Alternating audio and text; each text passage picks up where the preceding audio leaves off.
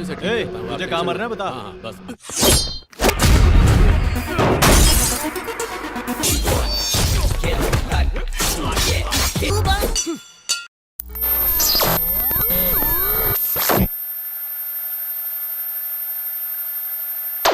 Di awal cerita di sebuah seminar Kundavi adalah seorang pengacara yang sangat cerdas dan juga cantik tentunya. Dalam acara tersebut Kundavi menjelaskan berbagai macam hal terkait kasus-kasus yang ada. Setelah selesai seminar, seorang pria yang bernama Joshua menghampiri Kundavi. Awalnya niat kenalan dan meminta tanda tangan Kundavi. Namun ternyata Kundavi nampak cantik di mata Joshua. Sehingga hal tersebut kemudian menjadi awal perasaan Joshua kepada Kundavi. Kundavi yang merupakan seorang pengacara terkenal di mana dia bekerja di negara New York dan pada saat ini dirinya hanya sementara berada di kota India. Namun, kesementaraan itu kemudian membuat antara Kundavi dan juga Joshua cintanya semakin hari semakin tumbuh dengan subur. Namun hari di mana Kundavi harus pergi ke London untuk urusan pekerjaan, Kundavi kemudian memaksa Joshua untuk menceritakan siapa sih dirinya sebenarnya. Maka pada saat itu di dalam mobil, Joshua kemudian menceritakan bahwa dirinya adalah seorang pembunuh bayaran yang sangat profesional. அது எனக்கு வந்துச்சு. அதுல இருந்த ஒரே ஒரு Di saat pada malam itu di sebuah pub malam, dirinya sebetulnya tidak hanya mengunjungi Kundavi, tapi justru dirinya mendapatkan sebuah misi untuk membunuh seorang pembunuh berantai yang sedang berkeliaran di saat itu. Kemudian Joshua menceritakan bahwa dirinya menjadi pembunuh bayaran ini karena pada saat dirinya mendapati bahwa ibu angkatnya tewas dibom di sebuah mobil hingga tewas dengan sangat tragis. Sehingga dirinya kemudian menuntut balas atas kematian ibu angkatnya. Dan dari kejadian itulah dirinya kemudian menjadi seorang pembunuh bayaran untuk menegakkan keadilan untuk setiap tindak kejahatan, namun tak dapat disentuh oleh hukum negara. Namun justru cerita ini kemudian menjadikan Kundavi jadi sangat ilfil dan kemudian keluar dari mobil mengatakan, "Kamu gak perlu mengejar saya lagi, please," ungkap Kundavi. "Dan hubungan kita cukup deh sampai di sini aja." Kemudian Kundavi memasuki bandara dengan berat. Namun untuk meninggalkan Joshua justru jadi sangat kuat di saat Joshua diserang oleh para gangster. Namun justru Joshua membantai para preman itu satu persatu tepat di depan mata Kundavi hingga mereka tewas dengan sangat tragis. Joshua yang kemudian ditinggalkan oleh Kundavi memutuskan untuk berhenti jadi seorang pembunuh bayaran, pensiun dari dunia hitam yang ia geluti pada saat ini. Namun pada saat itu juga justru Joshua bekerja di sebuah agen keamanan di Chennai. Di sisi lain, seorang kepala mafia besar narkoboy, El Chapo namanya, ditangkap oleh para polisi dan dimasukkan ke dalam penjara. Namun, di saat di dalam penjara, tahu sendirilah seorang mafia besar, justru El Chapo ini sangat bebas. Bahkan, dirinya diberikan sebuah HP untuk selalu terhubung dengan anak buahnya. Pada saat itu El Chapo mendapatkan sebuah telepon bahwa pemerintah membentuk sebuah tim jaksa penuntut agar El Chapo kalah di dalam persidangan. Namun El Chapo kemudian memerintahkan langsung ke anak buahnya untuk membantai semua para jaksa penuntut umum. Tak perlu waktu lama, penembak jitu kemudian menghabisi satu persatu para jaksa penuntut umum, di mana pada saat itu Kundavi ada di tim jaksa penuntut umum yang selamat dari penembakan yang dilakukan pada saat itu. Sehingga Kundavi yang selamat ini dilarikan ke rumah sakit. Untungnya Kundavi selamat dari tragedi tersebut. Di sisi lain, setelah 3 hari berlalu, Madavi, seorang kepala agen keamanan swasta, kemudian menelpon Joshua dan menceritakan semua yang terjadi pada Kundavi, bahwa Kundavi saat ini sedang dalam perburuan seorang mafia besar, El Chapo namanya, dan nyawanya sedang terancam. Joshua awalnya tidak terlalu menggubris, namun rasa cinta di hati Joshua masih bergelora dan tidak bisa berbohong.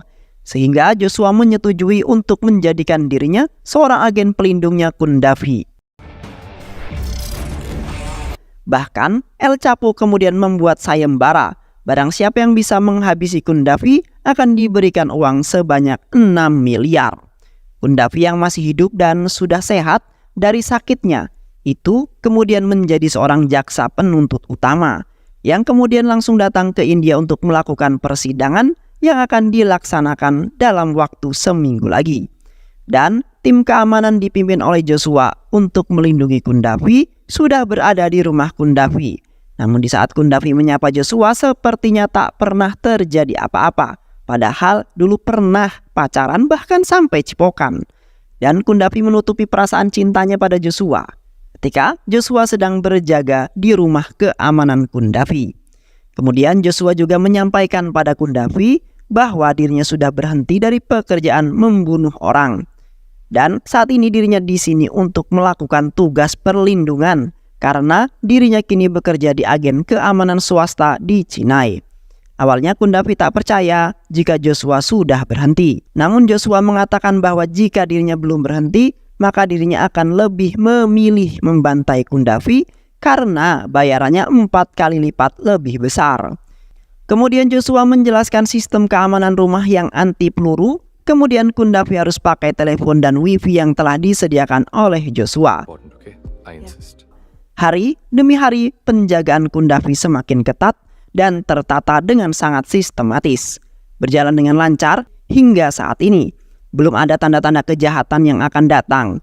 Namun di malam itu Joshua kemudian mengungkapkan bahwa dirinya siap untuk menjaga Kundafi bahkan seumur hidup pun tanpa dibayar. Lifelong என்னை பத்திரமா பார்த்துக்கோன்னு சொல்லு.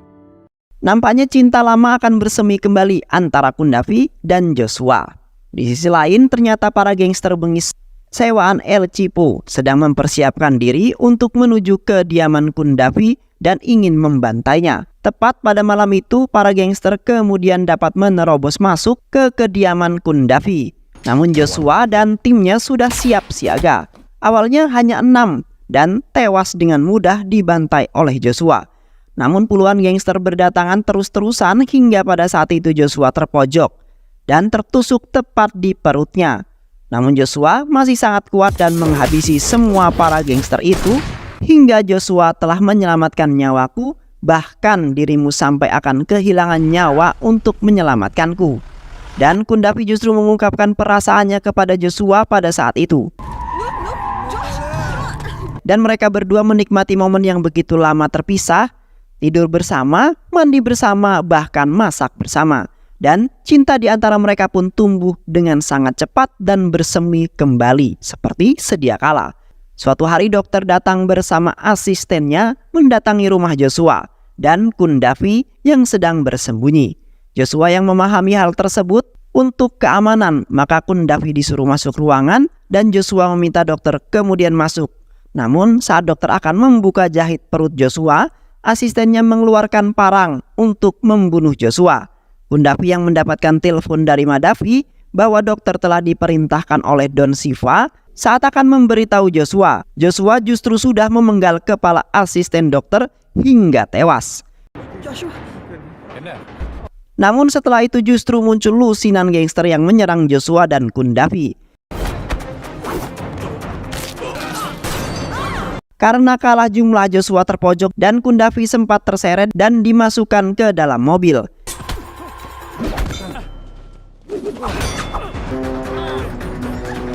Gangster yang di dalam mobil tidak langsung membunuh Kundafi karena Sange melihat Kundafi yang seksi, justru ingin memperkaosnya terlebih dahulu. Namun di saat itu Joshua menyusul mereka dengan motor hingga pada akhirnya Joshua yang menerobos masuk ke mobilnya gangster dan terjadilah baku hantam Joshua dengan 2 gangster di dalam mobil itu. Hingga pada akhirnya gangster tewas tertembak dan satunya lagi kabur dari tempat itu lari terbirit-birit. Setelah kematian Don Siva, adiknya Koti murka. Yang awalnya lari ketakutan, namun mereka semua berjanji akan membalaskan dendam Don Siva yang telah tewas dengan sangat mengenaskan. Di sisi lain Joshua dan Kundafi telah sampai di sebuah hotel yang telah ditunggu oleh Kundafi. Pada saat itu setelah berberes dan membersihkan badan, mereka berdua mendapatkan pakaian baru yang dibawa oleh Shekar, teman Joshua yang selamat pada saat penjagaan.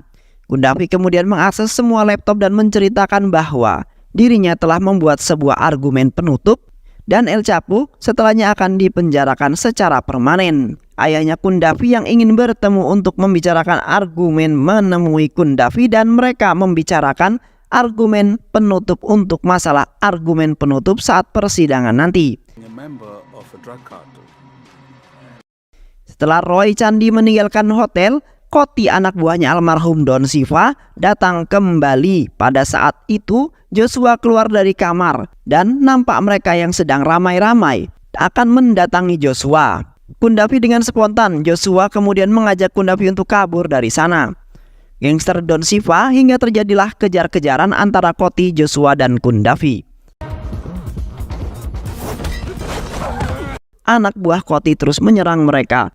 Namun Joshua masih sanggup melawan dan Joshua dengan menghabisi mereka semua hingga tak tersisa. Koti akhirnya buy one dengan Joshua. Namun di saat mereka berdua buy one, ada dua orang tak diketahui kemudian menembak mereka berdua. Joshua dengan refleks menolong Koti dengan mendorongnya dan mereka kejar-kejaran. Dan pada saat itu Koti bertanya kenapa justru Joshua menyelamatkan dirinya. Namun di saat kejar-kejaran justru Joshua mengingatkan bahwa Koti adalah sahabat Joshua saat masih umur 10 tahun, masih bocil. Di sisi lain, Kundafi yang sudah berhasil keluar hotel dengan mobilnya kini menghubungi Joshua dan diminta untuk menunggu dan merundukkan kepala. Sedangkan Koti dan Joshua akhirnya dapat membunuh dua penembak yang menembaki mereka berdua. Namun akhirnya Koti memutuskan untuk ikut dengan Joshua. Namun di saat Joshua sampai di dalam mobil, nampaknya Kundafi telah diculik oleh seorang yang ternyata yang menculiknya itu adalah anak buah Koti. Namun Koti saat itu menyerahkan kepada Joshua dan menuju tempat kediaman Kundafi berada. Dengan bersama-sama dengan Joshua sampainya di tempat yang diberitahukan oleh anak buah Koti. Namun karena Koti dianggap berkhianat telah menyerahkan Kundafi kepada Joshua, Koti pun diserang oleh anak buahnya sendiri. Namun akhirnya anak buah Koti kesal semua dan Koti kemudian pergi bersama Joshua. Dan Kundafi di saat dalam perjalanan, Koti kemudian berbagi sesuatu bahwa dirinya datang bukan karena tidak ada yang memberitahu dan ternyata semua dalam pengejaran itu adalah orangnya Kundafi sendiri yang bernama Prasanti. Serta menceritakan bahwa Koti adalah sahabat sejatinya Joshua, yang mana udah 10 tahun lebih tidak bertemu dan saat ini baru saja bertemu, maka aku akan mengorbankan apapun demi Joshua, ungkap Koti. Saat berada di sebuah daerah, Koti kemudian meminta agar mampir di tempat itu agar bisa menemui adiknya yang mana dulu adiknya lah yang menyelamatkan nyawanya.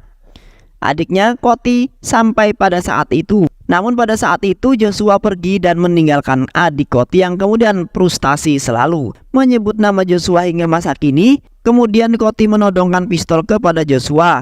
Namun sayang pistol yang ditodongkan itu kosong hingga si Koti kecili. Akhirnya karena kesal Joshua dan Koti pun adu jotos satu sama lain. Awalnya Joshua hampir saja keos. Namun akhirnya Koti dapat dengan mudah dilumpuhkan oleh Joshua.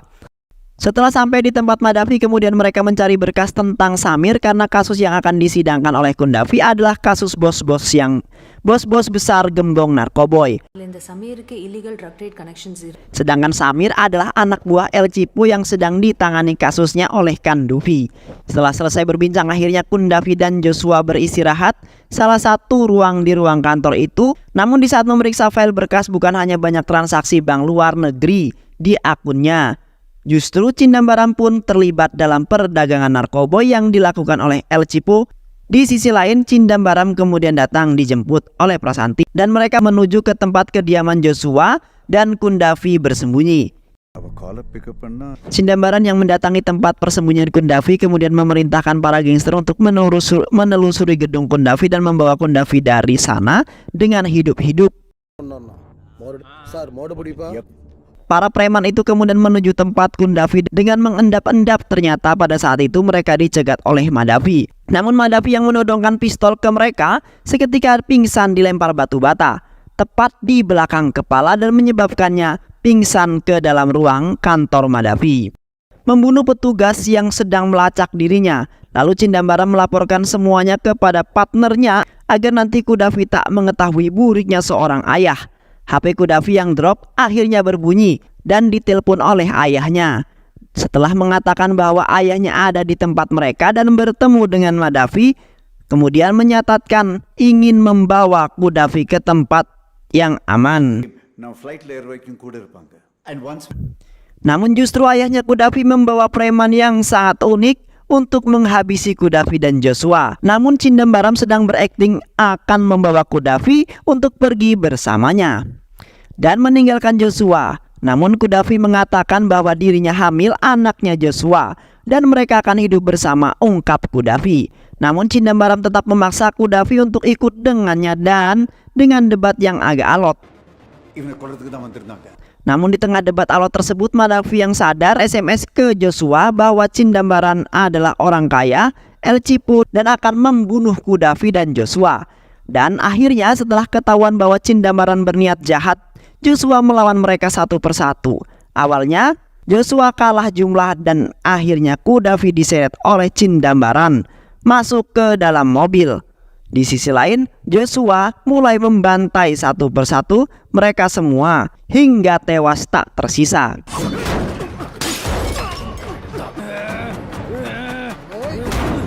Gaddafi yang tak mau diajak ikut dengan ayahnya, Cindambaram pun keluar dari mobil, kemudian mengambil sebuah pistol, kemudian menodongkannya tepat ke ayahnya dan menarik pelatuknya, akhirnya membuat Cindambaram tewas.